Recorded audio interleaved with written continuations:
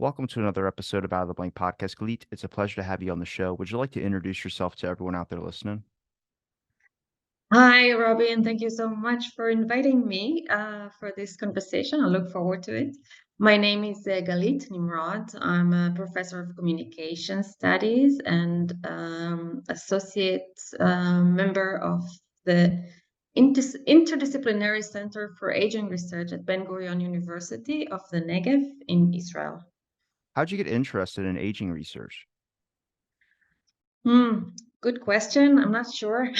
I guess I always liked listening to my grandparents' stories and realizing that, they have a lot to teach me as a young person back then, but also growing up and becoming aware of the demographic revolution that the entire world is experiencing, and that's, the aging of the world's population. I realized that this is one of the main challenges that humanity is going to face in the 21st century. And I wanted to be part of the minds that think about how to cope with this challenge successfully. So I guess that it was a combination of natural attraction to the topic, but also realizing how important it is. Now, when you look at aging research, are we just talking about like it's a wide scale, like just interactions? I know you focus a little bit on technology, but like is it about prolonging life as well too? For a very short time, I was interested in Alzheimer's research because I had lost a grandparent to Alzheimer's research, and it's like trying to understand that a little bit more because like I mean I don't know because aging is obviously a process we're all going to be going through, but I've also started to be interested in more of the generational gaps between different generations. There's sometimes such a far disconnect, and sometimes you can relate so much. Well, looking at aging research in general, it has so many aspects, but generally it can be divided to geriatrics and gerontology. Okay, geriatrics is the part that deals with mainly with human body and medicine, whereas gerontology, especially social gerontology, so there's also biological sociology, gerontology, but the social gerontology is mainly interested in how can we make our later years meaningful and good, and how can we age well. That's the main question that we ask. And for the past 40, 50 years, I would say that, research was divided between what does it mean to age well and how can we age well. And of course, as a gerontologist, I cannot just, look at the entire picture. So my focus within the field is on leisure, media, and technology use, and how these aspects of life can contribute to well-being in old age. So, can you give me a couple of examples? Yeah, sure. I mean, just thinking about leisure in general, okay. I could tell you a bunch of old people down here play pickleball. Like that's a big thing. I don't know if you've ever heard of that, but that seems like the Not best only that leisure I heard activity. of that, I play pickleball. Is it fun? I've never played before. It's great. It's just fantastic game. So leisure in general, is something that, well, let's define leisure first. Leisure is, first of all, made of free time. Okay, we're relating to the time that is free of obligations and the time where we can choose whatever we want to do. Leisure is also an activity, activities that we do in our free time. And usually these activities are associated with enjoyment. It's not something that we have to do, it's something that we freely choose to be involved in, and we aim to enjoy from our leisure activities. Now, as we age, and especially after we retire from work and when our kids are older and leave home and so forth, we have more free time. This does not necessarily mean that we have more leisure. Okay, so a huge challenge after retirement is how to take all this time that we have at hand and make it, satisfying, meaningful, healthy. Okay, how can we, promote this time um, to achieve significant goals, both physical, social, spiritual, and so forth. So this is one of the challenges that I was most interested in when I just started my career, and I explored the transition to retirement and what kind of changes lead to better well-being after retirement. So this is like one example of the stuff that I did and I still do to some extent. But as the years, passed, I became more and more interested in technology because the past 2 decades were, revolutionary in terms of both the development of new technologies and their adoption among all ages, but the older cohorts usually were struggling more with such technologies. So I was interested in learning about how they know about what and how they become aware of these technologies, to what extent they adopt and use them, what constraints successful use, what benefits the use can have on their well-being, but also what negative impacts technology can have on older people. And this is currently one of my main interests. I was very much on the positive side for many, many years, but now I'm also looking at the negative sides. Like, I don't know if you're familiar with the term techno stress, which is the stress that is a result from of technology use. It's not being afraid of technology. It's using technology and having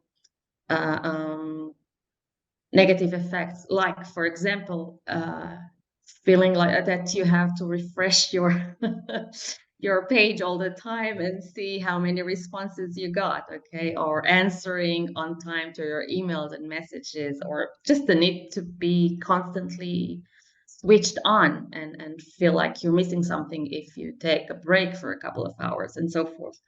So techno stress is something that we all suffer from, but I would say that I'm the first to look at techno stress among older people, because this topic was mainly studied among people who are in the workforce. And only recently we see research that is looking at other populations. So this is like just an example of the stuff that I do. Is this because technology is kind of being forced upon elderly people now? And I'm not saying like you have to do this, like, but that's how the world is now becoming. Everything is becoming more digital. Like doing your bills is 1,000 times easier through the internet than having to mail things in or do it maybe an older style way. I didn't notice it until maybe 3 or 4 years ago when we really kind of started experiencing a big shift. Like it seemed like I was not using cash anymore. I was using card more. And there was a bunch of stuff that was heading more to the digital stuff, paying car insurance online, all these types of things.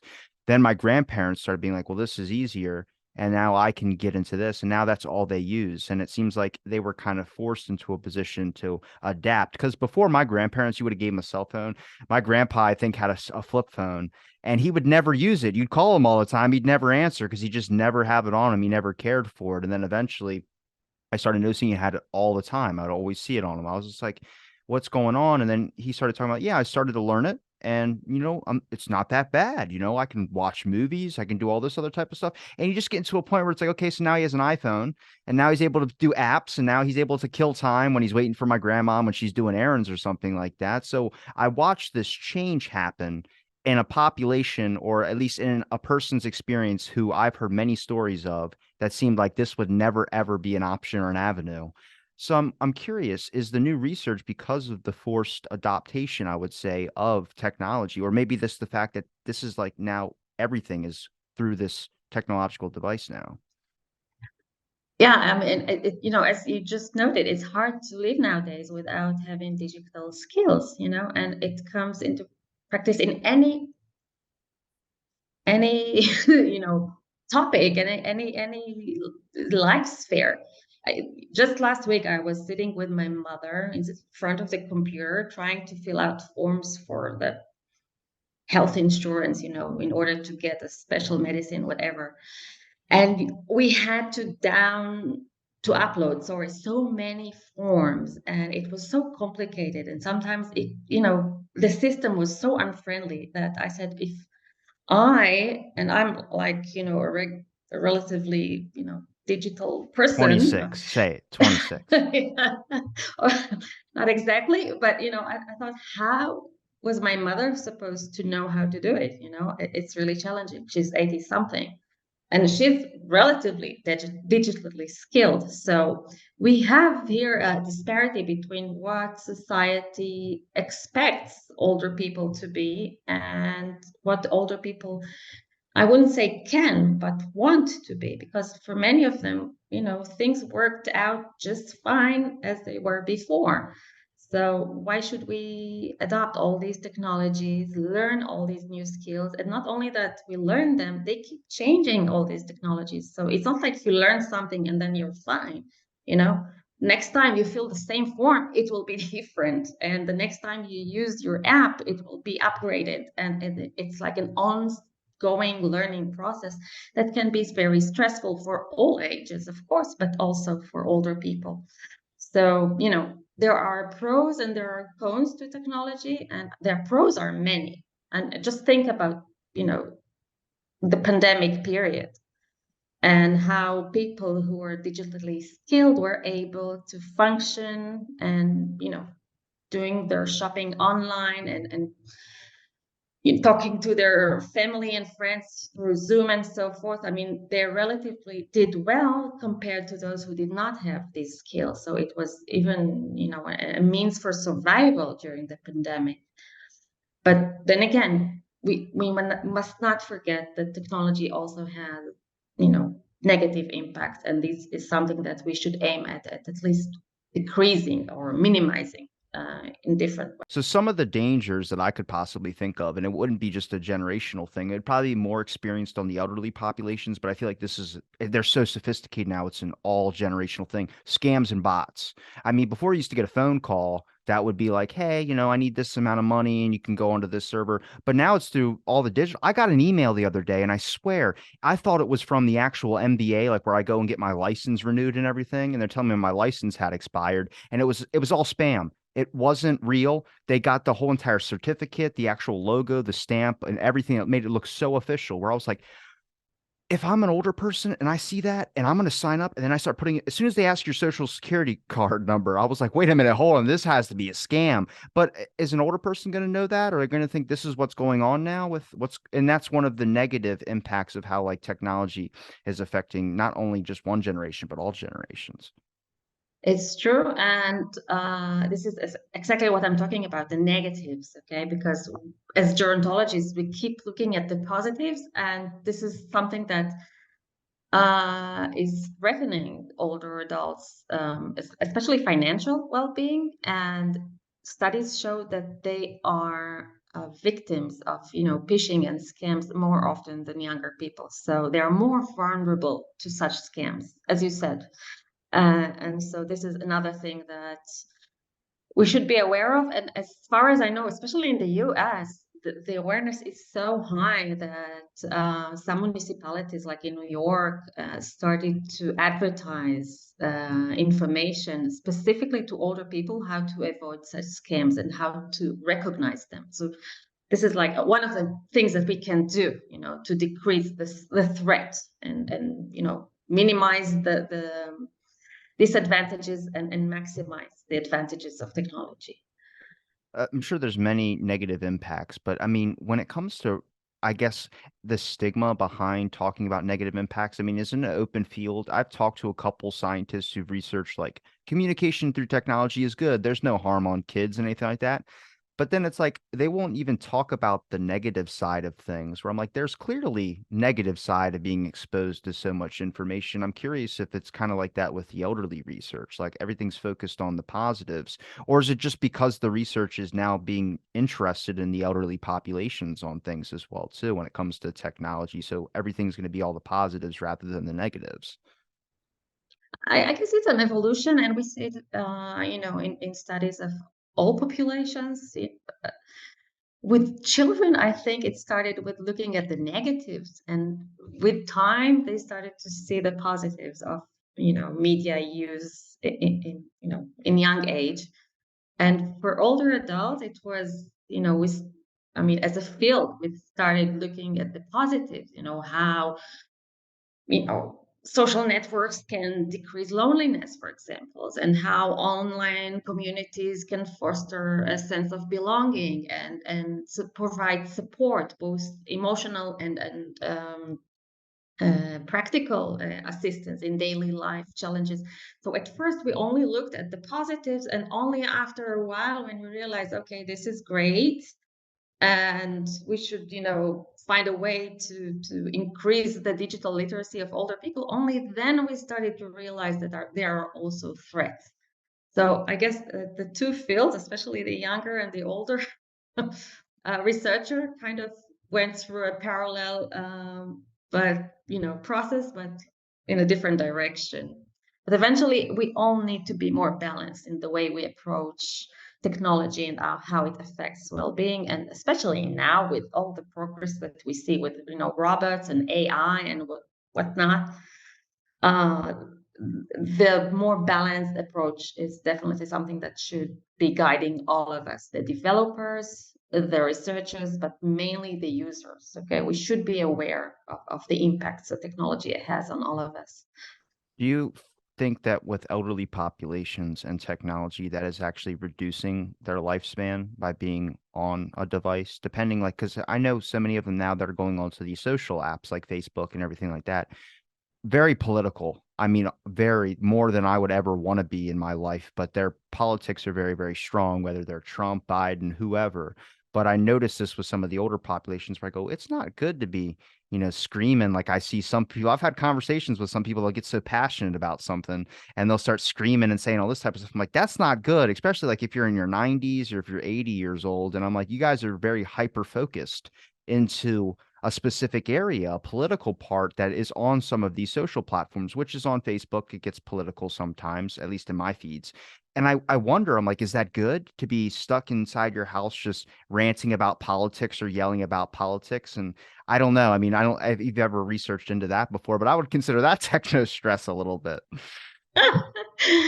I love your question.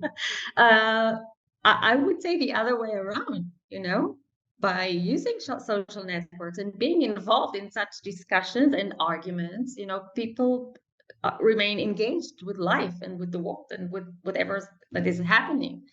And in fact, the studies, I mean, we don't have studies about technology use and longevity, but we do have studies about technology use and health, and especially cognitive health. And some studies found very interesting impact of using, for example, social networks such as Facebook, and better cognitive functioning. Okay, and it's a causal effect. Okay, the more they use, the better they were functioning. Or people who play online games or any type of electronic game, we Solitaire. can, for example, yeah, we can see that there is a positive impact on dimensions such as short-term memory and the speed in which people are able to perform tasks. So these are great impacts. So if anything, I would say, I mean, I would, if we are to bet on the impact on longevity, I would say that it increases longevity, especially because many of the media that we use nowadays are social media. Okay. And we know for sure for many years of research that being in connection with other people, having a social circle, having friends, having people to talk to, okay, whether it's arguing or whatever, is something that delays death. And that's like something that has been proved already. So I would say that if anything, yeah, there is a positive impact on longevity. Such as keeping the grandparents in the conversation. A lot of times, if they didn't have a cell phone or anything like that, you had to go all the way to their house. And depending on most kids moved away from home and got farther away from the state they were in. So that means they're a couple hours away from their parents, maybe sometimes across the country from their parents or grandparents. So now Facebook keeps them engaged in the conversation. They can like a Facebook photo, they can do something like that. You can message and reach out. I think most of my communications with my grandparents is now through Facebook Messenger. They have my cell phone, I think, but I think it's just easier for them because they're on it like 24/7. But is it most of the stuff that would be negative compared to elderly people would be stuff like scamming and stuff like that? Or have you been able to find anything else when it comes into just, I would have to think that it would just, the time, a passage of time probably for them, like if they get sucked into something, because it is addicting, and there can be that, like I know my grandmom used to play the hell out of some casino games on the computer, and I'd be like, yo, you've been doing it since like 4 a.m. and now it's like it's afternoon, you haven't even made dinner. And I would hate to be like that, but my grandma makes the best food. But it's the casino games for her that was like, you're not paying attention to what's going on around you right now. That's fantastic. Yeah, I guess that wasting time and time in general, as we are all aware that we have limited time on this planet, I think, and we want to make the most of it. And some older people complain that using technology takes a lot of their time. First, because of what you just described, there is this tendency to be, to forget about time and to be so engaged in an activity that you don't feel like the time has passed. And before you know it, it's evening and you even forgot to eat dinner, not to mention to make dinner. But also many times the waste of time is reflected in trying to figure out how things work. How do I upload this file on this, whatever? So there are two different types of time wasting. However, we must remember that technology also saves time. Okay, if you can renew your driver's license through filling a very simple form rather than taking your car, driving to the place where you renew your driving license, standing in line and spend half a day in doing this. This means that in 10 minutes, you saved half a day of something that is, not very exciting and not very beneficial to your well-being. So, it's a coin with two sides, and sometimes you save time, sometimes you waste it. And it's another skill that we all have to learn, how to use technology in a way that is beneficial and efficient, so Do you find some not only older people. do you find that some, like with older populations, that some people are still resistant to the change of technology, even though it is advancing to the point where it's like you have to kind of use it in a sense? I mean, at least to a lot of things now are going through that digital world. So I feel like there's some people that are still probably resistant to it because they had never used it in the past. And plus, like I said, or we said, it's very complicated too. It's not an easy process to learn. Yeah, and this is why we see what's called the gray digital device, divide, sorry. um, Older people, even those who use technology, okay, uh, they usually have very basic skills. Like they know how to write an email, they know how to search for things on Google, but not much more. And the more sophisticated uses is something that they have to learn, or otherwise they just don't use it, or ask for their children and grandchildren to assist them with some tasks. And this is, by the way, another negative impact, because many times this can cause tensions and conflicts within the family, with children losing patience to their parents, telling them, I already showed you how to do that. Why do you ask me this for the 10th time? So that's another potential negative effect. Now that you say that, I kind of think back about the number of times I did get a little bit frustrated with like my grandma or grandpa when they were trying to figure something out. And I'd already explained it multiple times. I was like, "What, you just not listening?" And it's like, no, I start to realize it now just because I've taken a break from it for so long that even sometimes if it's outside of basic email and I'm trying to do it again, I'm like, all right, how does this work again? And it is kind of like but it's easier for me to learn the process because I was born with I was a little bit older than before the internet came out, but there was still like a little bit of like it's easier for me to learn because of my generation, which makes you think, I mean, my generation when we're in our 60s or 70s, I mean, are we going to be able to function a lot better and learn quicker because of the digital age and everything we've been consumed with already, compared to how we can look at this example of older populations learning and their speed of being able to catch up with the times? Yeah, there is this metaphor that is being used often of the digital natives and the digital immigrants. And your generation is the natives. You were born in the land of technology. But for most of us who are 50 plus, we are immigrants to this country. And this means that we have to learn the language. and we will probably not speak it as fluently as those who are born in that country, okay? And most probably when you are in your 60s and 70s, your children and grandchildren will be more efficient in the technologies that will exist then than you will. So this age divide will probably remain as the generations change, okay? It will just be different technologies that we will be facing then. Now So we be talked about prepared. yeah, we talked about leisure activities. Is it's still technically leisure through the artificial style of things like casino games? I mean, I don't really consider that leisure. It just seems like it's a little bit mindless, but I don't know. Like, I mean, I feel like going outside, having actual social interactions is still probably shows way more of a benefit than probably doing it through Zoom. Like, I know Zoom got really big during the pandemic, and it was a great way for grandparents to be able to communicate still with their kids. I'm not saying that at all. All I'm saying is that when you look at the actual interaction of being able to see someone and experience that, I think a lot of people picked that up after the pandemic when we could actually see each other again because they realized how much they missed it.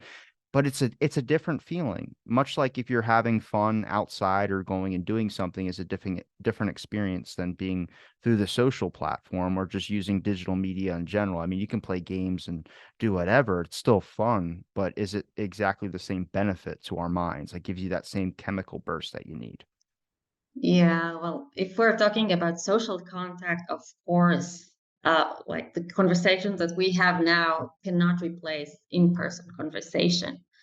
Okay. And there is nothing like spending time with your loved ones in the same space and being able to touch, hug, kiss, whatever. I mean, this is very important. We must remember that technology mediated communication replaces or complements in-person communication. It does not aim to replace this kind of communication, but it helps when people are away. As you said, sometimes grandparents and grandchildren live, 5 hours flight away. So it helps keeping in touch and in between the in-person meetings. Okay. And it's true for any type of relations, whether it is professional relationships or just friendships, people who live far away and don't meet very often. So it's just something that adds. It's not supposed to replace. But if we're talking about experiences, other experiences, I mean, there are things that technology can offer us that life can't. Like I'm thinking about digital games, that happen. I don't play such games, but Are you talking about virtual reality? like virtual reality or games that happen in some kind of imaginary world, out of space, planets, whatever, or in other periods in history. I mean, this is kind of entertainment, okay? That if I compare it to reading a book or watching a film, which are two activities that I like most, okay? I'm thinking it's completely different, okay? I can't compare the two experiences, and each experience, I mean, each activity has its own special experience that it provides. So why comparing or choosing if we can enjoy all? We can play a game and then go and read a book. Do you think that with finding a lot of the negative impacts of technology, that you can be able to understand some of the problems of it and then be able to maybe find ways to prevent it, especially in elderly populations? Yeah, absolutely. I think that for like everything, we first have to understand the problem, what causes the problem, and only then we can suggest solutions. For example, the techno stress that I mentioned earlier. Okay, first we must understand what it is. Now that we understand what it is, we can see who's suffering from techno stress, and specifically among older people, I found out that it is the people who don't use technology much, unlike among other younger cohorts, people who are older, people who suffer some kind of health issue, okay, people who come from lower socioeconomic status. So it's a more vulnerable audience that suffers techno stress. And if we now understand what the reasons are and who's suffering techno stress, we can use existing methods of intervention to reduce techno stress among these populations. Okay, so it's a process and it works. But yeah, you must be aware of the problem and understand it. What about elderly populations being more susceptible to taking risks because of technology? Like I work in the fitness industry, so a lot of big like things that I know about is like the diet industry and how like that's really messed up a lot of people's minds of like what's healthy and what's not. And I look at like how many ads do I see on my computer that talk about eat an apple a day and you'll lose 30 pounds. And I'm like looking at this and I go, well, I've watched my grandparents click into things not knowing that it was spam before, but they start going like it's actual information and running off with it, which is another dangerous thing as well too. But it could just be, some type of side fact or some type of thing that doesn't make any sense and it's not real. But then they go on and think that this is 100% real information. They'll share an article. New thing. Here's the best example. A lost puppy. You see a lot of those on Facebook, a lost dog. Those aren't real. Those are all scams. Some of them are. There's probably some real ones out there. But I have a friend who's older and he shows like I met through the podcast, but he's 70, 75, and he shares those all the time thinking they're real dogs. And I've told him multiple times they're not real. But when you click on the page, it's 100% like it looks like a GoFundMe thing. But if you donate the money, it's not about that. You can look up the image of that dog and find it on someone else's Facebook. Someone just had taken it. And it's one of those scam things we're talking about. But that's like one of the biggest dangers is like you could run off with something that looks like Biden says this, and then you click it and then you start sharing it around and it's all fake. It's not real news or anything like that, which makes it extremely difficult for elderly people to think of like, is this 100% true? Is this real? Should I share this? And then they get their Facebook hacked and then I get a message.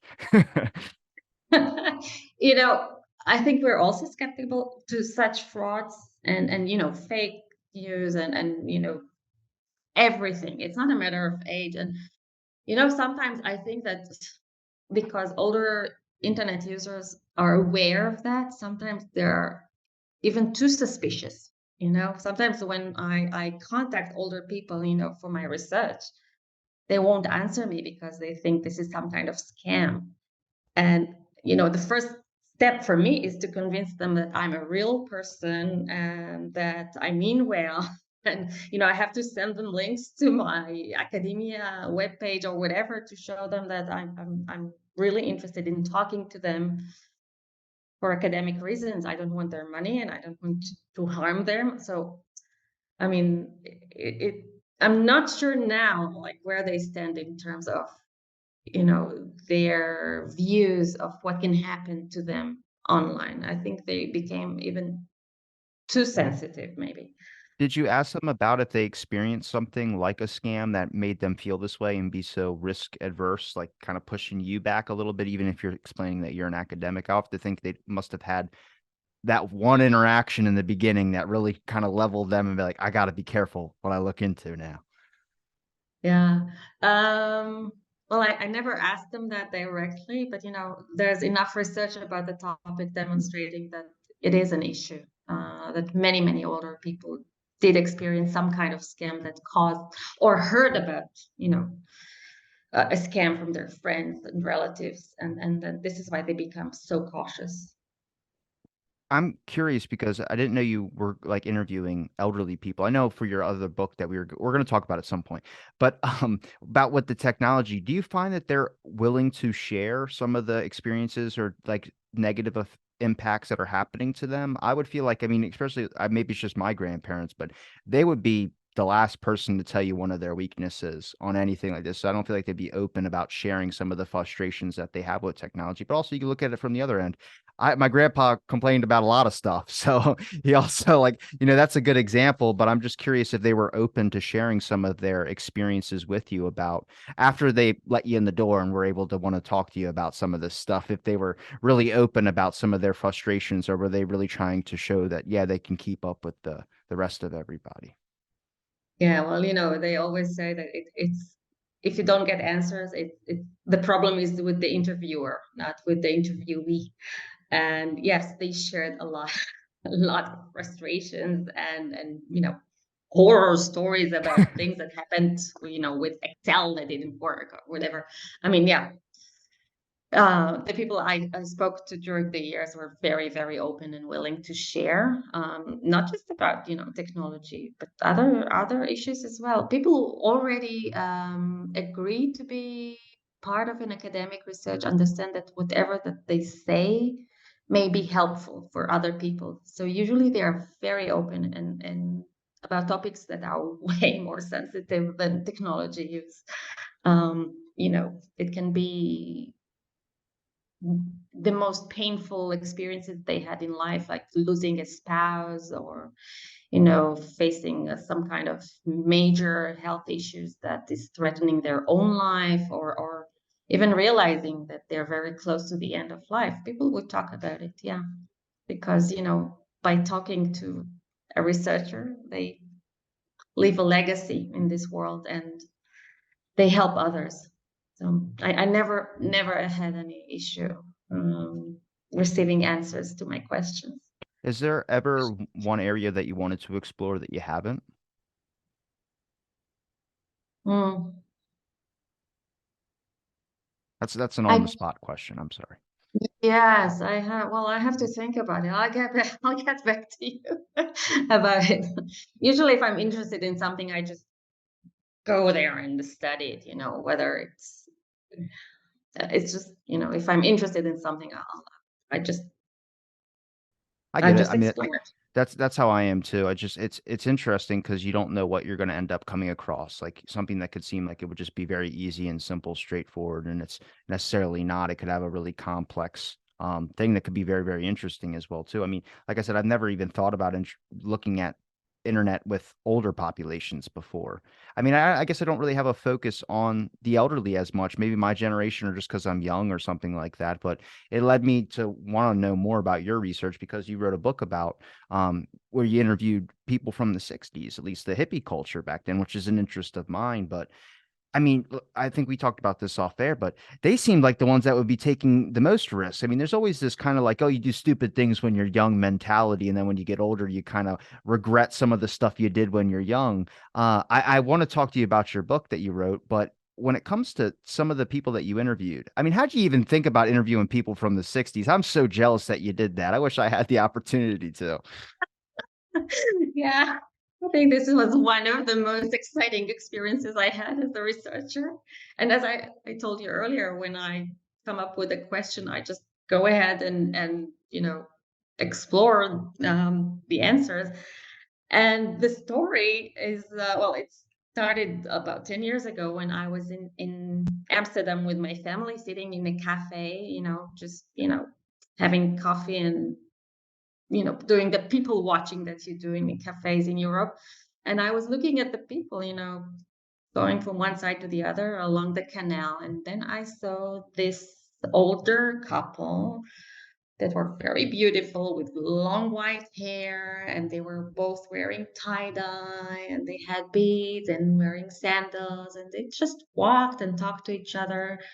And only after they passed us, I was like thinking, wow, they were hippies. And they were the real hippies, not the younger hippies, the hipsters that we have now. These were the original hippies that remained hippies. And just like you, I thought that the hippies were there in the 60s, early 70s, and then they grew up, became part of the mainstream, and, you know, kind of treated their old wild days as part of their youth that is no longer there. And when I realized that some hippies remained hippies, I was very, very curious to learn about their aging experience. How do you age as a hippie, especially because being a hippie back in the 60s meant being young. The hippies used to say never trust anyone over 30. So how can you be over 60 or over 70 and still consider yourself a hippie and eat and live the hippie lifestyle? So this was a question that was, the I was overwhelmed with questions, like, many, many questions about older hippies, but I couldn't find anything written about aging hippies, only about the counterculture back in the 60s. And so one day, a colleague told me about a community of hippies that still exists in Tennessee. And The 5 days farm. I've later, never heard of the farm before. As soon as I saw your book and you talked about that, I was like, I've never even heard of a commune or community of hippies out there. I thought everyone either conformed to capitalism or something like that. Because it is a young lads game. I mean, fight the power, that mentality. It's like I don't see anybody who's, and I've seen older people like, not 50, I mean maybe 50, but not 60 or 70 that are out there still like in the streets protesting and doing this whole movement against cops or anything like that. And that's where my confusion came. And I was like, wait, there's older hippies. I was like, I thought everyone just decided like, hey, I'm gonna, relax and play bingo or something easier. That's what I would be doing. I'd be sitting on a porch drinking a coffee or something. yeah, so that's what I thought. I wasn't thinking about bingo, but I thought that it just became, mainstream Americans and whatever that means. I mean, what exactly is a mainstream? But when I heard about this community, I said, wow, I must go there. Okay, so I traveled to the US, went to Tennessee, spent a couple of weeks with these people. And then I realized that they are in very close touch with people who were part of the community and had to leave in the early 80s because of financial reasons, not because of any ideological reasons. So not only that I interviewed the people who live in the farm, I also interviewed many people who left the farm later on, using Zoom. And so I was able to compare those who allegedly remained hippies and those who left. And actually, one of the conclusions that I had in my study was that, I mean, you can take the hippie out of the commune, but a hippie will always remain a hippie because it's a matter of ideology. And the ideology stays. Even if you cut your hair short and start wearing suits, you still believe in love and peace and nonviolence and being kind to each other and being open to experiences and questioning authority and love, sex, drugs, and rock and roll, and all that stuff. I mean, it's still there, and most of the time, big time. And it doesn't matter where you live and what exactly it is that you do for a living. So the outcome of my research was this book that you mentioned, that I'll just show it to our It's a beautiful people cover. over there. Thank you. So this is the book. It's called The Aging of Aquarius. It's a great title. Um, it's my husband idea, and it was published by Cambridge University Press, and it describes my findings about aging hippies based on this very particular case of the farm in Tennessee I would and its ask diaspora. I would ask you what the best interview experience that you heard from one of the hippies, but I'm curious if you came across any of them that really didn't like the certain community aspect that came with like I feel like to be a hippie you don't have to just dress in the clothes. Like even if you cut your hair and do all that, if you still live by the philosophy of nonviolence and things of that sort, kind of I wouldn't say being a pacifist, but still I mean, you can take drugs on the side if you want, but I also know hippies that never took drugs before, never really went with the whole LSD movement, which I think that gets synonymatized with the hippie movement is like, oh yeah, LSD and all this type of stuff, but that's necessarily not true. I mean, you don't have to have a flower in your hair to be a hippie. I can't agree more, and actually one of the chapters in the book discusses the meaning of being a hippie. Okay, and I asked these people, many of them talked about being hippie in the past, and some of them mentioned, by passing, well, us hippies kind of related to themselves as hippies, but many of them didn't even acknowledge being a hippie at the present. So I asked them, do you still consider yourself a hippie? And many of them said, well, if you ask it this way, yeah, I guess I am, but it's not the first thing I would say about myself. And then I asked them, so how can you be a hippie and old? Okay. And this is where the identity work that they do was revealed. Okay. Because it's very interesting to see how they perceive what being a hippie means. And just I'm summarizing a lot of information into a very short description, but being a hippie has several layers. Okay, there's the external layer of the look. the clothes and the hair, and everything should be very natural and all that. No jewelries, no makeup, no nothing. Then comes the more internal layer of the behavior that can or cannot include, using, they call it dope, okay? Anything that can change your awareness. Music, being maybe more liberal about certain issues in life, fighting for justice, and I mean, the behavioral part. And then there is the very internal layer, or yeah, of essence, and that's the hippie ideology. Okay, so sometimes as you grow older, but not necessarily as you grow older, I mean, you don't adopt the look, or you adopt some of, elements of the behavior, and you don't adopt others. But as long as the essence is there, you can consider yourself a hippie. And because love doesn't age, you can be old and a hippie, because eventually the essence of being a hippie is believing in love. And so I can tell about myself, as you said, only after writing this book, I could say about myself that I'm a hippie, even though I don't use any drugs. Okay. Not because I'm against it, I'm just afraid of it. I'm with you on that. Some of them are dangerous. And some of them are, yeah, some of them are dangerous, but I don't think that weed, or cannabis, in general, is dangerous to you. I mean, it depends, but it can be also very beneficial to your health and mental well-being. So we I've can talk smoked about that. pot many a times, but let me tell you, I've had the worst acid-like trips from it. And I figured out that's actually it's rare, but it's common with certain disorders like ADHD and things of that sort. You tend to get hypersensitive to certain stimuli like that.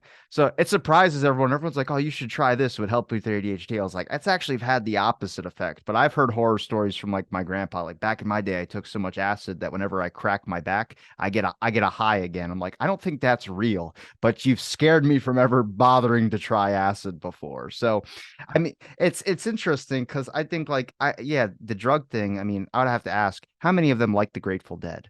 I gotta know. That seems like a very thing that's synonymized with just the hippie movement in general. Yeah, music is very central to the hippie movement, and this is actually one of the things that did not change a bit with time. They are still, all of them, all the people I spoke to, and even just being in the community, I realized how central music is to their life. I mean, in every gathering, and special events, or Friday potlucks or whatever, it's always about singing, listening to music. They have many, many bands that perform in special events and so forth. Or even if you just walk into someone's house, usually there is music in the background, and many times you can hear Grateful Dead, but many of them are also open to other types and newer music genres. So, but yeah, music is very central. Many of them listen to music, and quite a few of them play some instruments, sing, and all that. So, Did you find amongst any of the ones that you talked to that any of them had any regrets? Maybe not exactly about the whole hippie movement, but maybe having a more balanced perspective that tends to come with age.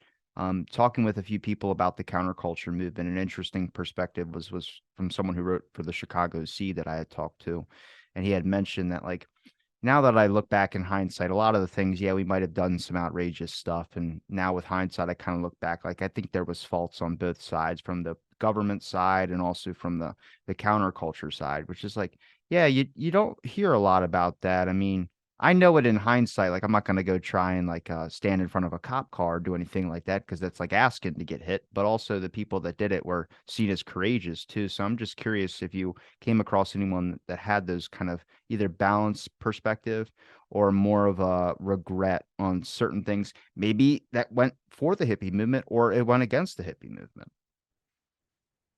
it's a great question, and I think that generally I encountered two types of regrets. One regret that was pretty common was feeling sorry about the worry that they caused to their parents. Ooh. because the parents were not able to understand what the children were going through. And, just think about the parents were, it's the previous generation. For them, the right course for a person is, go to college, get married, get a good job, do all the things that you're supposed to do. And for them to see their children dropping from school or not even attending any school, living in communes around the US, and there were many, many thousands of communes, okay, and wearing those strange clothes and using drugs, it was so worrying for the parents. So talking to some of the people that are now, in their 70s, and their parents are long gone, they just felt very, very sorry for causing all this anxiety to their parents. Some of them even told me that before their parents died, or even much earlier, they had a conversation with them and they apologized and they said, it was a generation, it was a movement, we were carried with it, but we did not bother to explain ourselves to you too much. So that was one regret that was common. Another regret has to do with the specific community that I studied, the farm, because unlike most hippies, the farm was very conservative regarding sex, and free love was not part of its philosophy. So people were not supposed to have sex with one another unless they were willing to commit to each other and become a family. So the outcome of that was many marriages that were premature and of people that did not fit each other. There was some attraction and they decided to get married, and it was too soon and a wrong decision. Eventually, the number of people who divorced was very, very high, and families were, formed, and then they were broken and formed again, and then sometimes I even had people who were divorced 3 or 4 times. And for the children, it was a disaster. And so this is another regret that some people expressed, not all, of course, but some people. Also, some of the children had resentment, to the lifestyle that their parents had. And there is actually a film about this particular commune called American Commune, that was made by someone who was a daughter of a couple that didn't fit and then divorced, and the whole film is about the misery of the next generation. Yet I must say here that most of the next generation, the children and the grandchildren I spoke to, were very, very proud of their parents and grandparents, and were mostly proud of them for forming such an ideal community that lasts to this day and even thrives.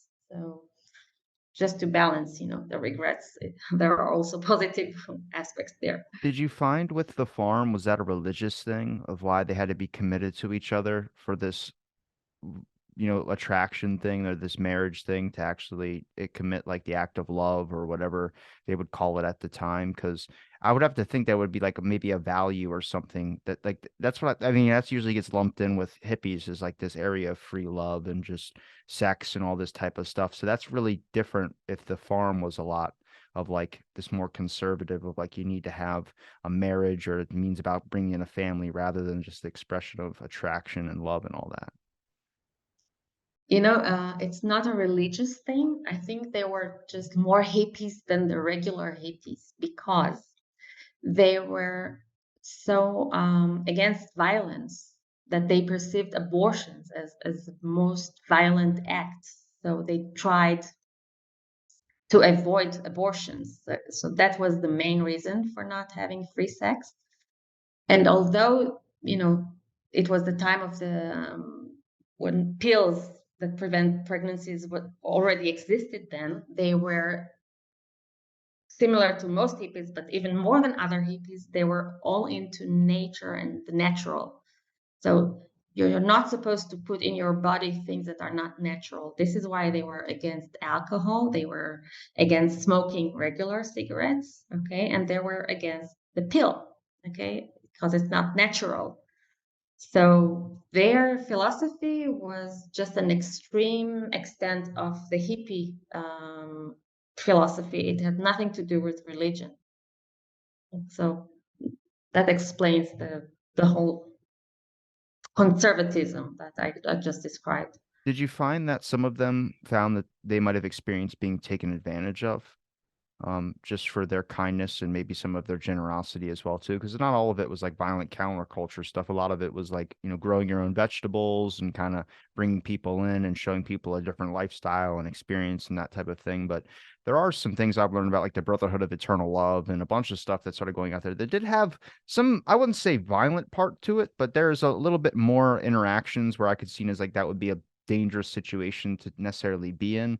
So I'm curious if you had any of out of the people you interviewed, if anybody mentioned anything about experiencing maybe something that they might have felt uncomfortable in, not just with like basic rules, but also just experiences, because they're interacting in a really different way than probably most of society, at least today, interacts, and probably most of society interacted back then, which is this kind of no care, all peace manner lifestyle, which if you give someone the opportunity of your niceness, necessarily it's not going to work 100% of the time. Yeah, and I mean, they were a commune for 12 years only. After 12 years, they changed it into a community, and to this day, they are a community. They only share together the land, but every family has to provide for itself. Okay, but during the commune days, I mean, they were so famous. The farm was so famous then that so many people came over and wanted to become part of the community. And for them, anyone who has a belly button could join them. But this means that there was no selection. So I heard some stories about people who were not necessarily bad people, some people that were disturbed or mentally challenged or whatever, that did cause some, uh, the stories I heard were not very extreme, but there were a couple of stories of uh, feelings, negative feelings of being taken advantage of. Also, many people who moved there didn't really want to work hard, but the commune was based on very, very hard work. They had to build it from scratch. They had to grow their own food, build their houses, provide education for their children, and many, many children were born during the 70s because they were young people. So there was something that was not balanced, and they were not very strict with those who didn't work hard. And eventually, this is one of the reasons that caused a huge debt to the community. And then they had to change the economic structure from a commune to a community. So yeah, I mean, but there were so many types of hippies back then. Eventually, the hippies that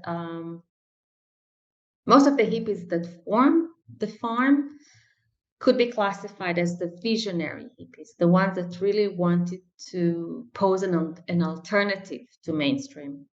Whereas the others were, heads and freaks and plastic hippies and midnight hippies. There were many, many other types of hippies that were not necessarily on that line of behavior in life. So I gotta I ask would about the say that authentic. it is a good example of hippie I gotta community. ask about the hippie, just the variety that's out there. Did you come across anyone that would look at certain hippies like a different way? Like they're not true hippies.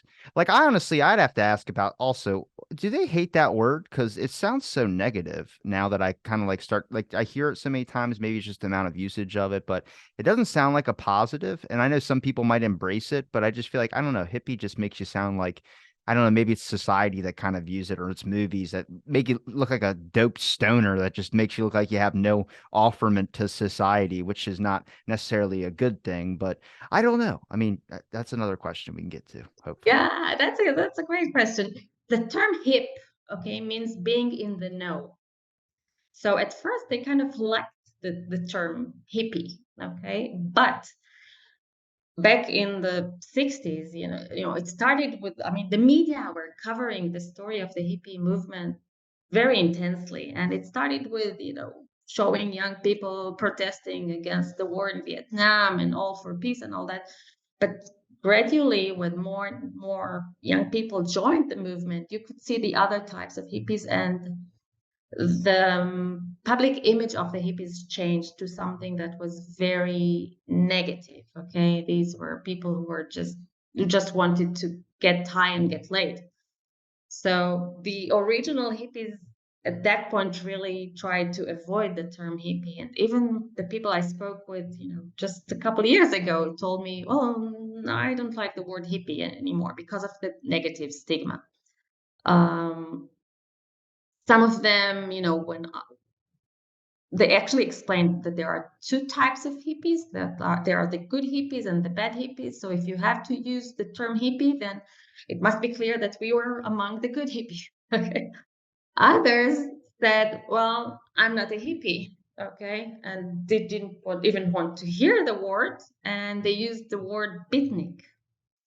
And beatniks were actually the movement that came before the hippies during the 50s. And it was a relatively small group of people, also in California and San Francisco, that had similar philosophy, but very different lifestyle. They were not as playful and flamboyant and colorful and loud as the hippies. But some of the people I spoke to said, no, no, no, I'm not a hippie. I'm a beatnik. So it's a good question. It's even worse than hippie in my mind, to be honest with you. Not the actual movement of the thing, but just the word. That sounds like a rough word. That sounds just like, I don't know. That just sounds aggressive. That's like a needle to my ears for some reason. Maybe I heard my grandpa, I think, use it at least once or twice. He would call someone being a beatnik. I don't know what that means, but I was probably little at the time when I heard him say it. But I don't know. Like, that's just another term. Like saying the word hippie sounds offensive to me.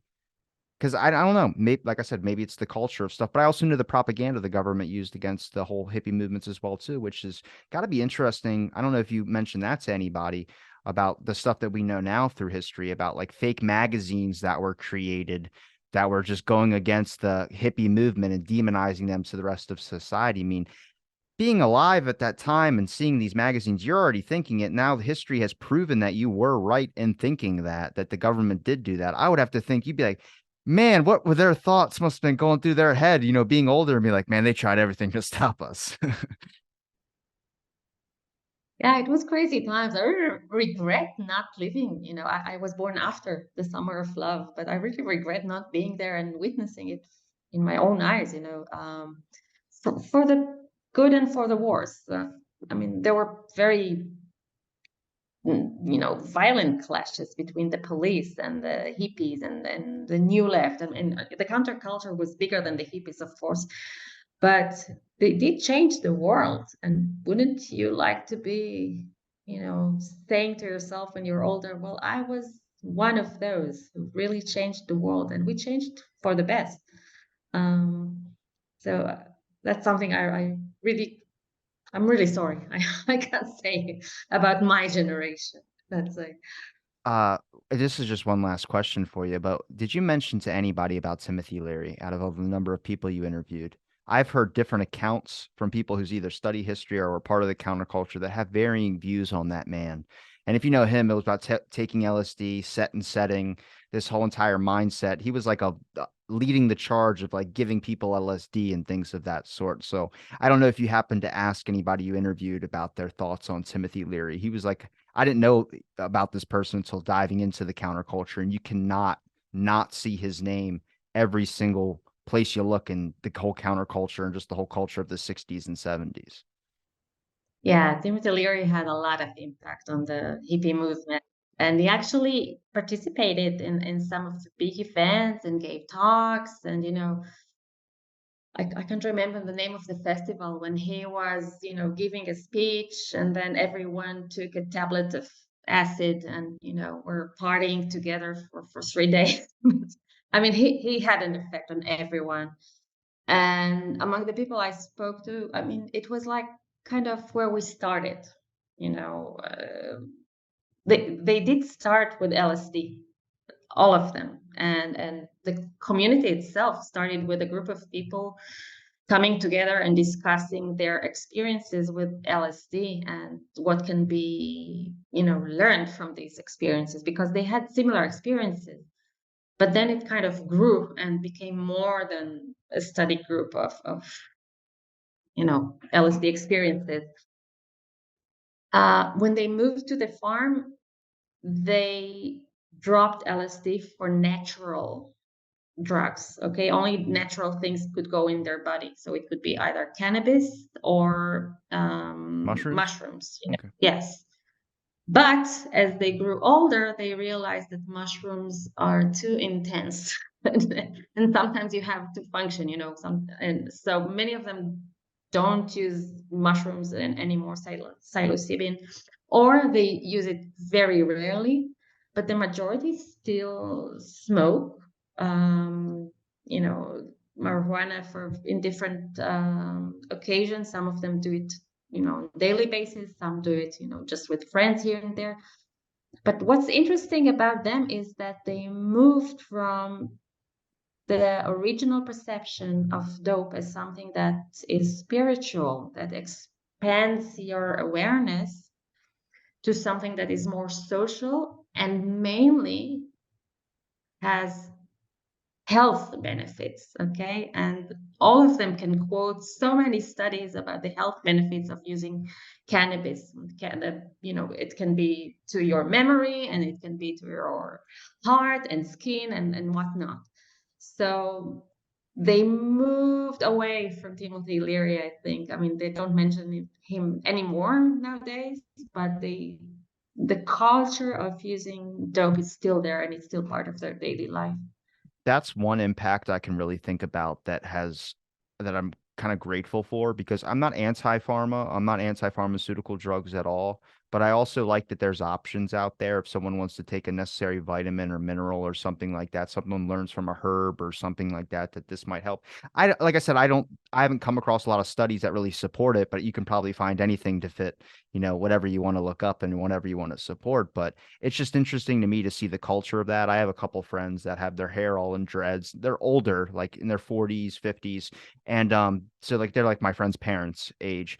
And they love the whole burning incense, which I hate, but I like the lifestyle and that there's options out there to really explore, taking a supplement or try this. This will help with your back, or this will help with your headaches. And like, I'm glad that there's this culture out there that if someone wants to look up something, they can find an internet database where you can look at supplements and look at other derivatives than just taking a pharmaceutical drug. And like I said, I'm not against pharma, but I just like that there's that option out there. And I don't think we would really have that if there wasn't a whole hippie movement that kind of started looking into alternative forms of things. We would have went into just a direction of only pharmaceutical drugs, but I don't know.